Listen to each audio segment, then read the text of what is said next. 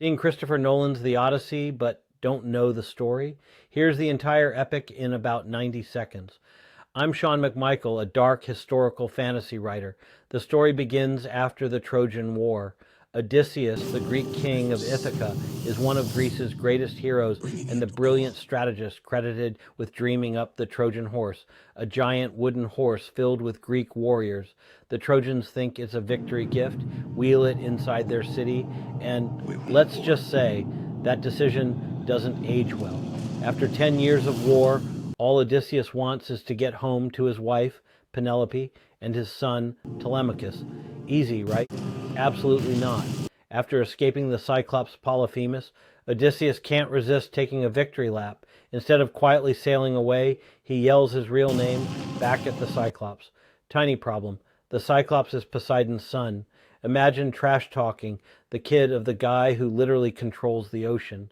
Poseidon spends the next 10 years making Odysseus regret every life choice that led to that moment.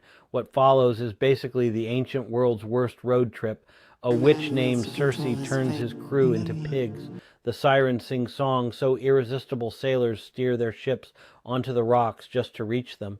Scylla is a six-headed sea monster waiting to snatch sailors off passing ships. Charybdis is a massive whirlpool that swallows entire ships.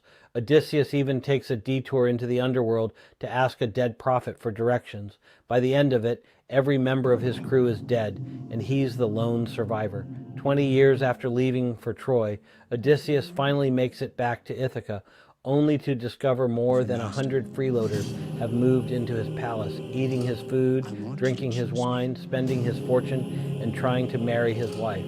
Disguised as an old beggar, he secretly returns home. The only one who recognizes him immediately is his faithful old dog, Argos.